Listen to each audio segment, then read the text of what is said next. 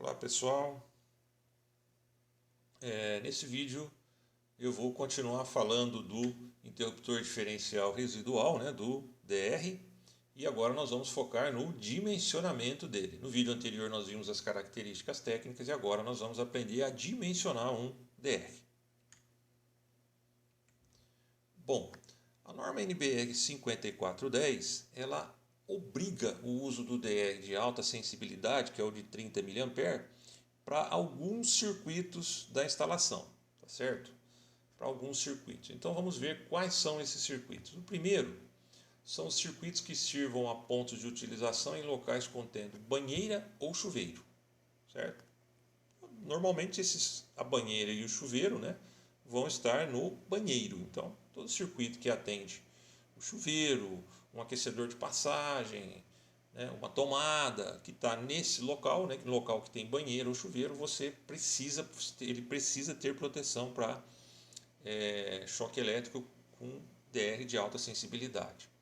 Um outro local, circuitos que atendam tomadas de corrente situadas em áreas externas à edificação, ou seja, tomadas que estão do lado de fora, aquelas tomadas que você deixa lá para usar para uma VAP, para um aspirador de pó, não está do lado de fora da residência. Essa tomada, ou o circuito que atende essa tomada, também é obrigado a ser protegido por DR. Circuito de tomada de corrente em área interna que possa vir alimentar equipamentos no exterior. Por exemplo, eu tenho uma tomada que está lá na parede da sala, mas eu vou puxar uma extensão para usar a VAP lá para lavar o carro, por exemplo. Ela não está do lado de fora, ela está do lado de dentro, mas ela vai atender um equipamento que está do lado de fora. Então, esse circuito dessa tomada, o circuito que atende essa tomada também é obrigatório que tenha proteção por DR, por dispositivo residual. Circuitos que em locais de habitação sirvam a pontos de utilização situados em cozinhas, cozinhas, lavanderia, área de serviço, garagem e demais dependências internas molhadas em uso normal ou sujeitas a lavagens. Ok? Então aqui ele está especificando locais de habitação, que seria, por exemplo, uma residência, um apartamento, e os circuitos que estão indo para esses cômodos que estão citados aí também circuitos são obrigados a ter a proteção pelo DR. Ok? São locais que normalmente está molhado, está com muita umidade, então o risco de você tomar um choque elétrico ali é maior, a corrente vai ser maior devido à resistência a baixar pelo fato de ser locais que você está sempre em contato com água. Aí tem uma exceção, se o ponto que alimenta aparelhos de iluminação posicionados a uma altura igual ou superior a 2,5 metros, então se você tiver um ponto nessa situação, este ponto não precisa ser protegido por DR, mesmo estando nesses cômodos. Tá? Circuitos que em edificações não residenciais sirvam a pontos de utilização situados em cozinhas, cozinhas, lavanderia, área de serviço, garagem e demais dependências internas molhadas em uso normal ou sujeitas a lavagem. É a mesma coisa do anterior? Quase a mesma coisa, não é exatamente igual, porque aqui ele está especificando edificações não residenciais. Por que isso? Porque às vezes você tem, por exemplo, não é um local de habitação, é uma indústria, por exemplo, não é um local de habitação, mas eu tenho lá uma cozinha industrial, certo? Então, nessa cozinha industrial, você também, os circuitos que estão atendendo essa cozinha, tomadas, enfim, torneira, você tem lá uma torneira elétrica lá nessa cozinha, esses circuitos precisam ser também protegidos por DR, tá? Mesmo não estando em locais de habitação. Então, na verdade, para esses cômodos que estão citados, tanto nesse item quanto no anterior, independente do local, do tipo de habitação, pode ser um local de habitação, ou não sendo uma residência, ele tem que ser protegido por DR, porque são locais que vão estar sempre molhados, vão estar sempre com muita umidade. Bom, o que eu preciso para dimensionar o DR? Vamos lá. Primeira coisa, eu preciso saber a tensão do circuito, a tensão nominal do circuito que eu vou colocar esse DR. Tá?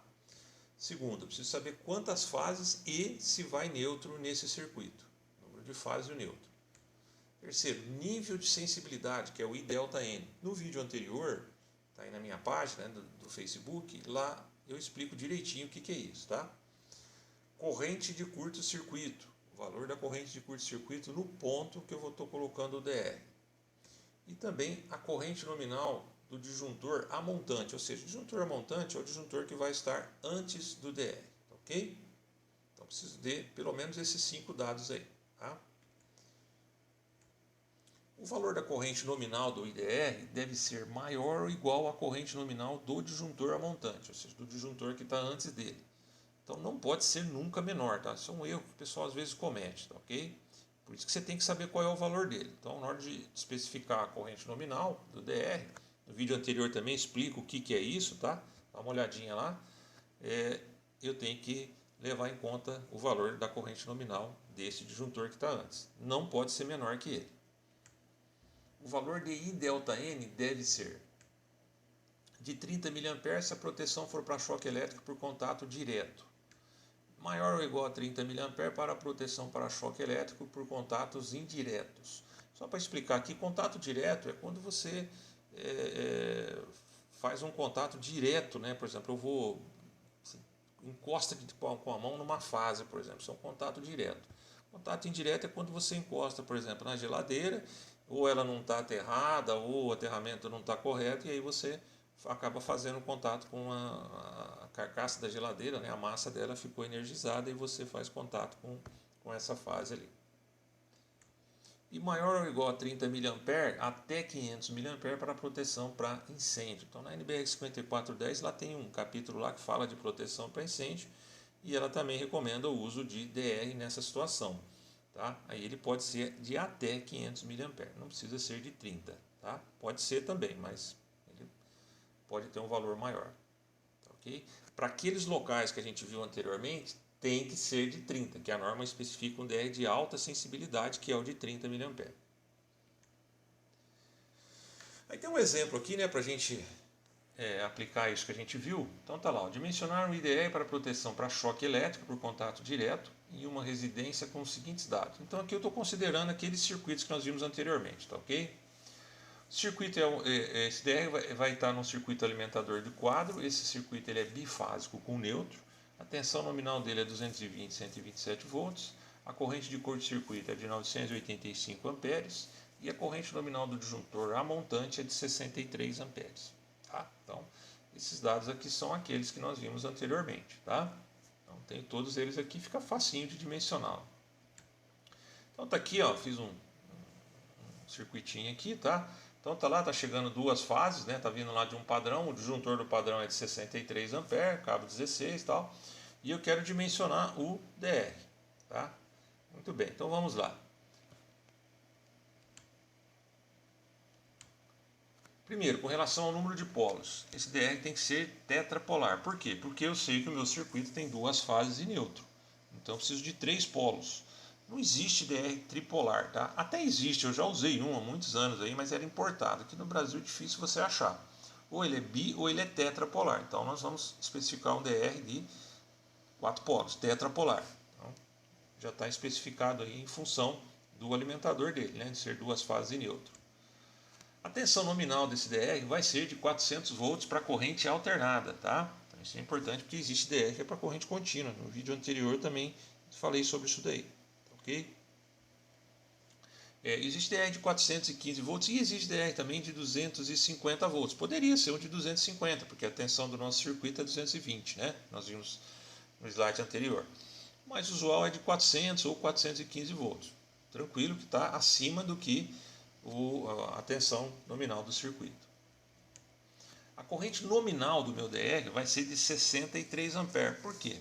Porque o disjuntor a montante, o disjuntor que está antes dele, é de 63. Então nós vimos lá que ele tem que ser igual ou maior.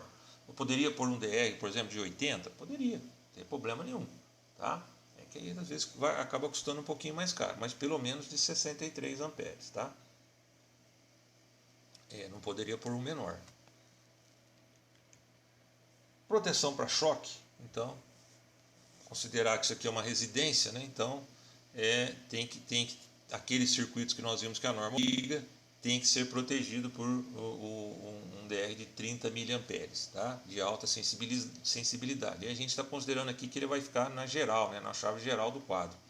No próximo vídeo que eu vou fazer a respeito de DR, eu vou mostrar, né, quais são as formas de ligar esse DR no quadro. Aqui eu estou considerando que ele vai ser chave geral. Então, ele vai estar protegendo aqueles circuitos que a norma obriga e aí ele tem que ser de 30 miliamperes. A corrente de curto-circuito dele vai ser para 3.000 amperes. Nós vimos lá que a corrente que está prevista é bem menor que isso, né, da ordem de 900 amperes. Então, 3.000 atende tranquilo. Você vai ter DR de 3, a maioria já é especificada para 3.000 amperes. Então, está bem acima dessa ordem de 900.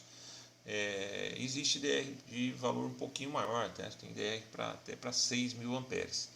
Mas a maioria é para 3.000 atende. Se a gente for pensar a nível de residência, você não vai chegar nem perto disso daí. Então, de 3.000 atende com sobra. Tá ok? Muito bem, então aí está especificado o nosso DR.